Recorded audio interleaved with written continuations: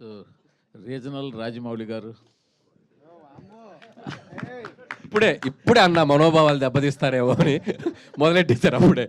లేదు sir, regional సినిమాని 300 కోట్లు, ఆయన పానింటి సినిమాని 1000 కోట్లు చేస్తే మీరు రీజనల్ సినిమాని 300 కోట్లు చేశారు వినటానికి. పైగా ఆయన కంటిన్యూ సక్సెస్లు, మీరు కంటిన్యూ సక్సెస్లు. సో అంచేత మిమ్మల్ని ఆయనతో పోల్చడం కాదు. సో రీజనల్ రాజమౌళి గారు మీరు, సో మీ గురించి చెప్పేది అడిగేది ఏం లేదు.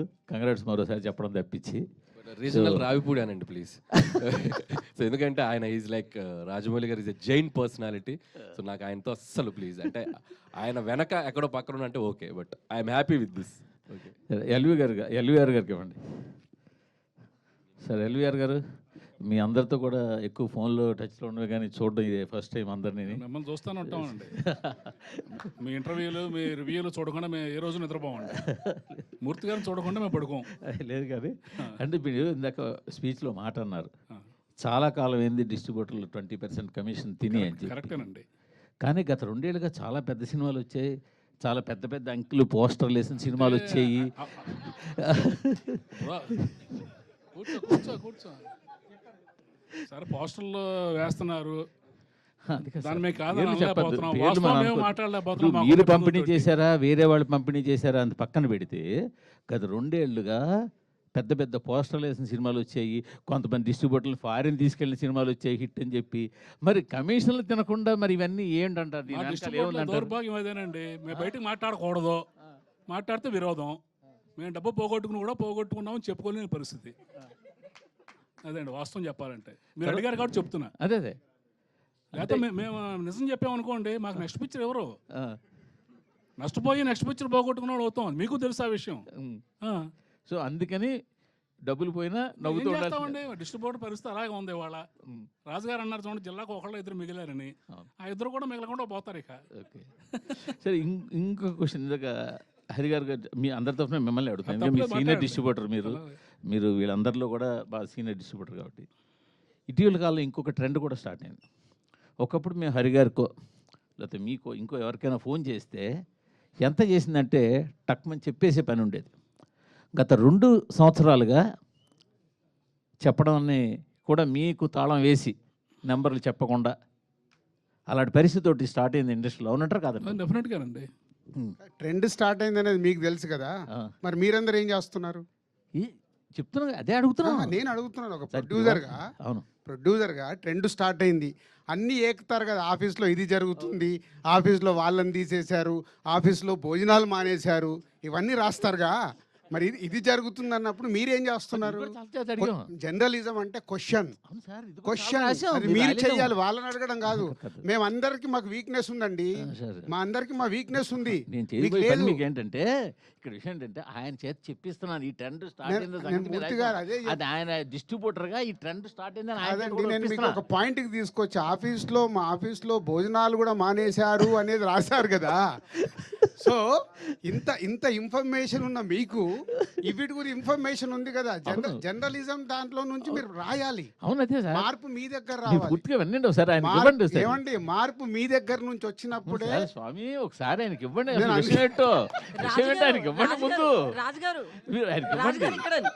మీరు క్వశ్చన్ చేయమని మీరే చెప్తారు. క్వశ్చన్ చేస్తే వాళ్ళని పక్కన పెట్టి ఇంటర్వ్యూలు ఇవ్వట్లేదంట కదండి.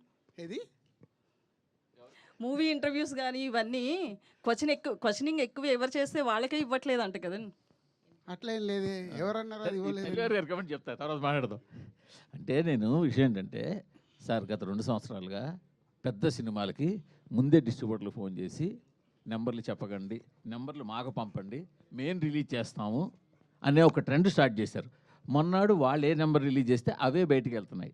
ఇప్పుడు ఆయన చెప్పినట్టు బాధపడినా కూడా బయటికి నవ్వాల్సి వస్తుంది.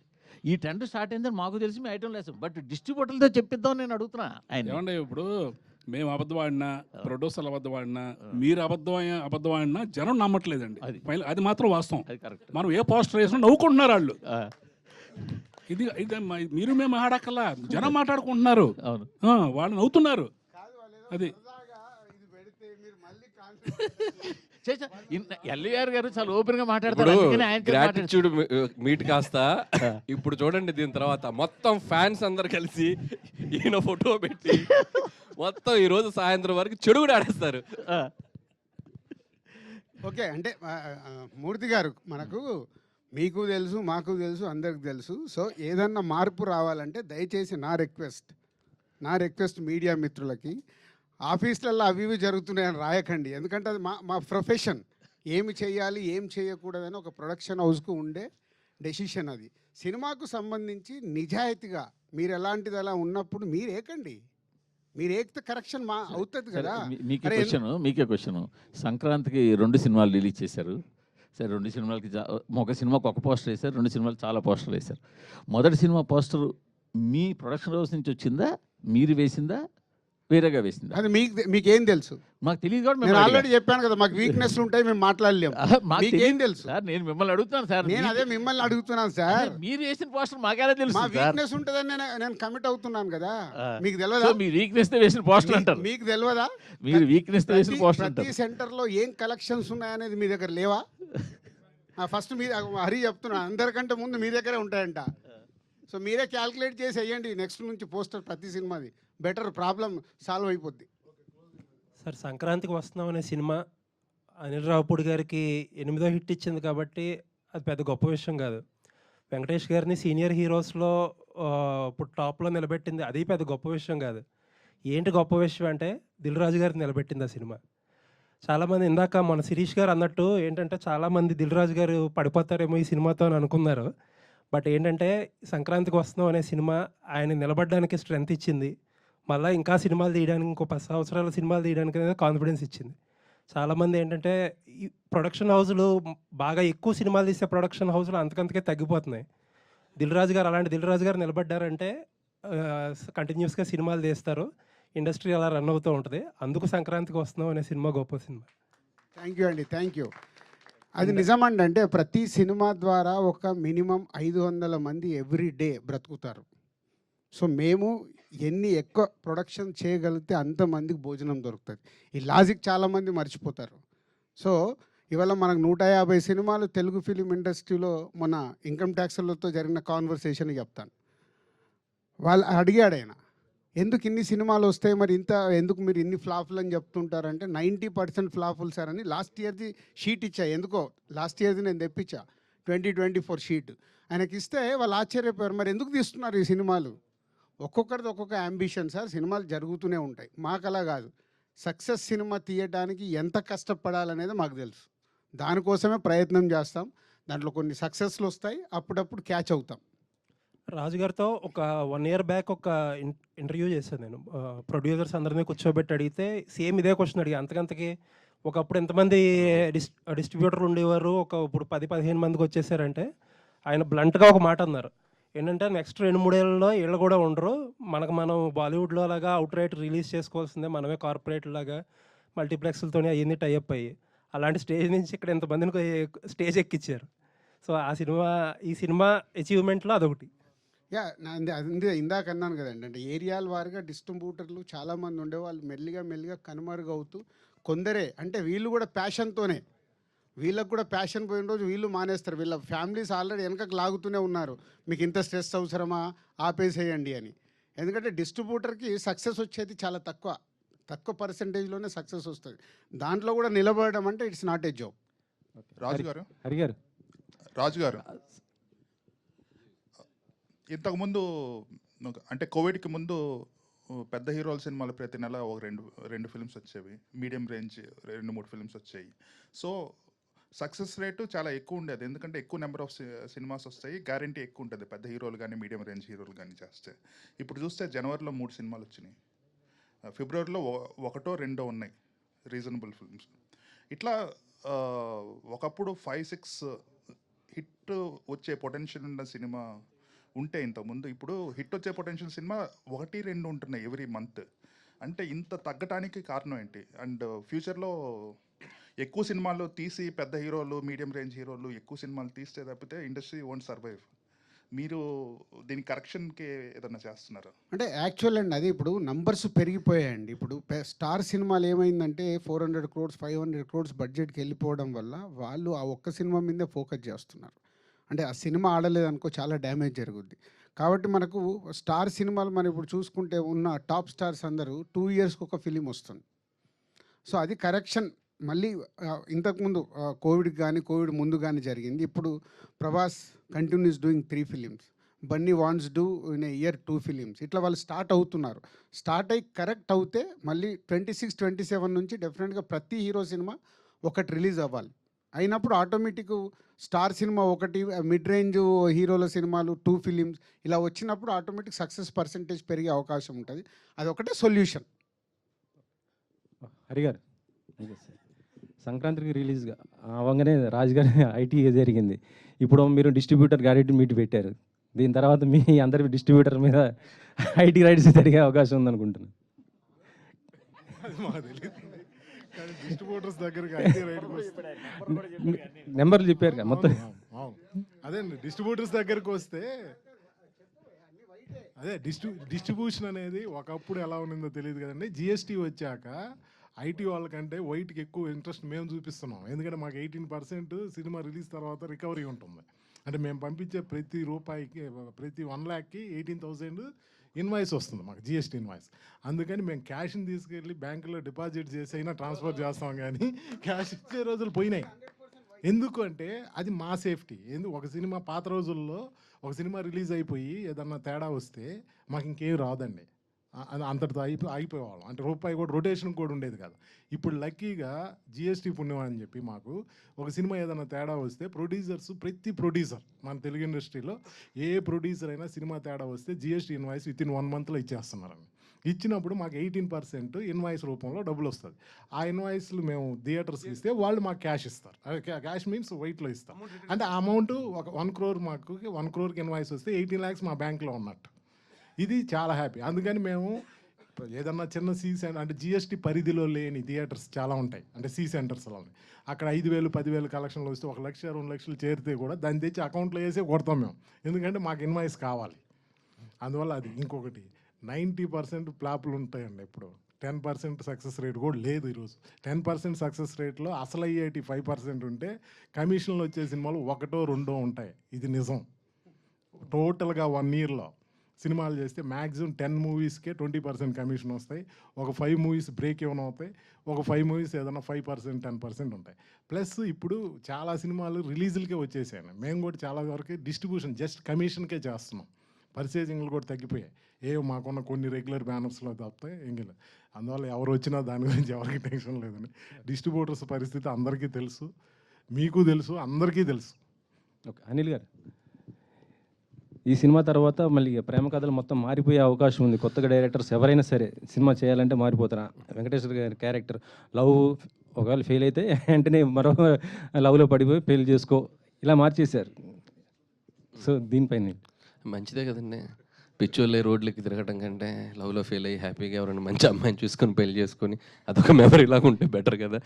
సో అంతే, ఎనీథింగ్ లైఫ్లో ఒక ఫేజ్ అనుకొని పాసింగ్ క్లౌడ్ లాగా మళ్ళీ ఇంకొక లైఫ్ స్టార్ట్ చేయాలి. లవ్లో ఈరోజు fail, girl friend boy friend no చెప్తే నెక్స్ట్ డే ఇన్స్టాగ్రామ్లో వెతుకులాట మొదలు పెడుతున్నారు. ఇప్పుడు అవి లేవు, నెక్స్ట్ డేనే.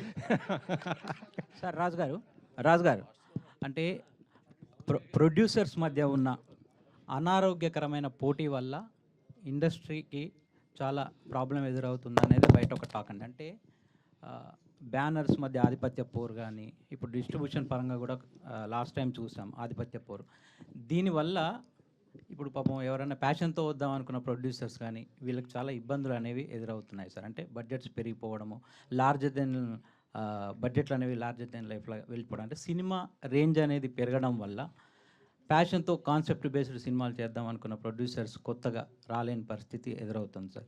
అంటే దీన్ని ఫ్యూచర్లో బేసిక్గా ఫస్ట్ కరెక్షన్, ఆధిపత్య పోరు అనేది ఇక్కడ ఏమి ఉండదు. సో ఎవరి సినిమా వాళ్ళది, సక్సెస్ అవుతేనే కింగ్. దిల్ రాజు అయినా ఇంకోరైనా సక్సెస్ కానప్పుడు ఏముంటుంది, 3 రోజులు కూడా ఆ సినిమా గురించి మాట్లాడరు, మండే రోజుకి మర్చిపోతారు.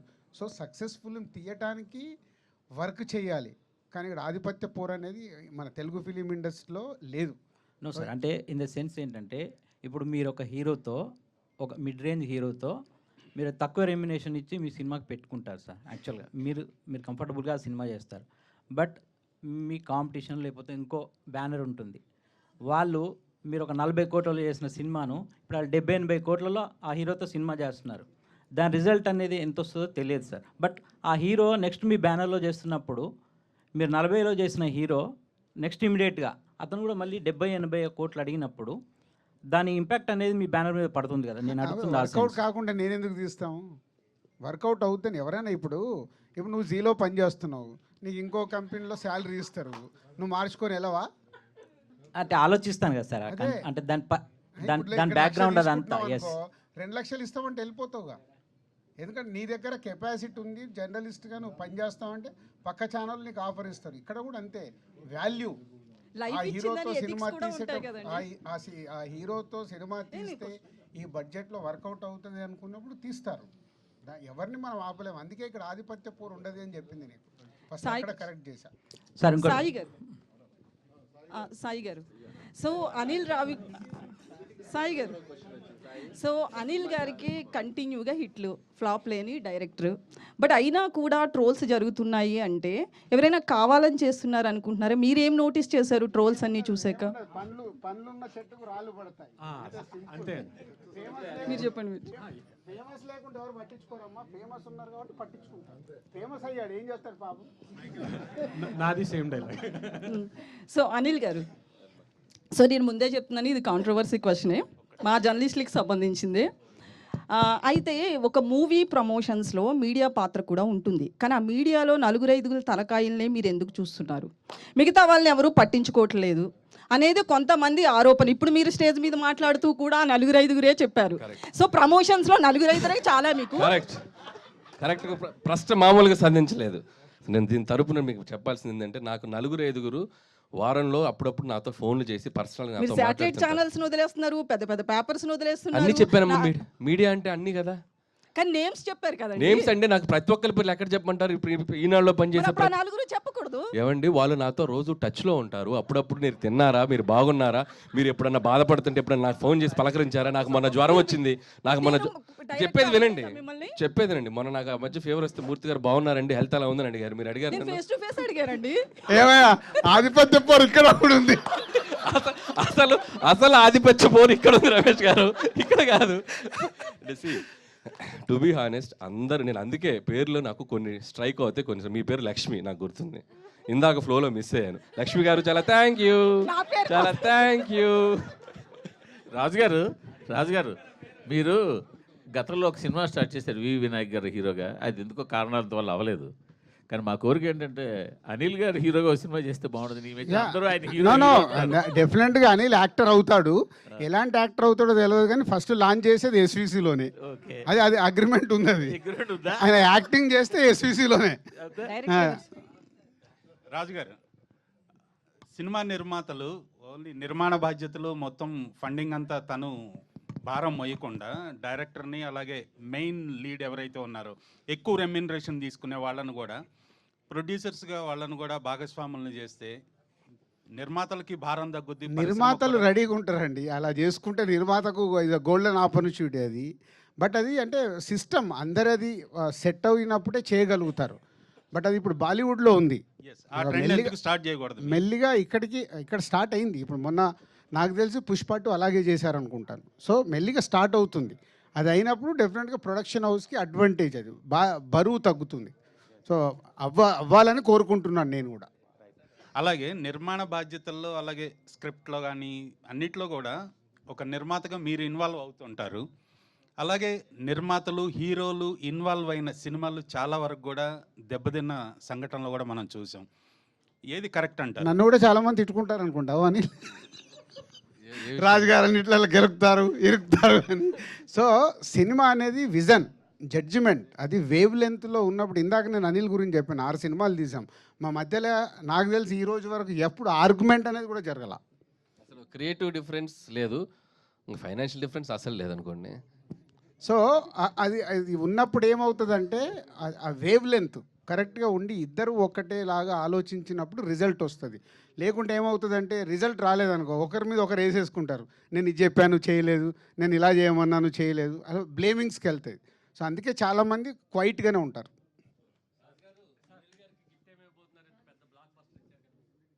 ఏం గిఫ్ట్ కావాలని? మీ పేరేంటి? Radha, I love you sir.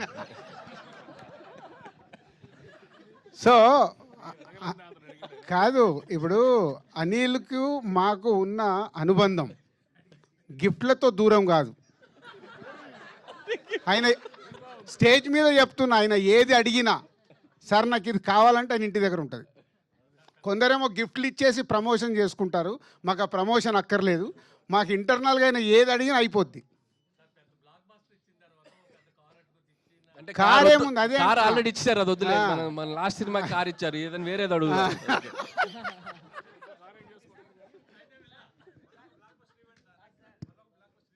ఆయన మనకి ఇవ్వాలి, మనం ఆయనకి ఎక్కడ ఇస్తాము. మాకు బ్లాక్ బస్టర్లే కావాలని అడుగుతున్నాం. Thank you very much. Thank you అందరికీ.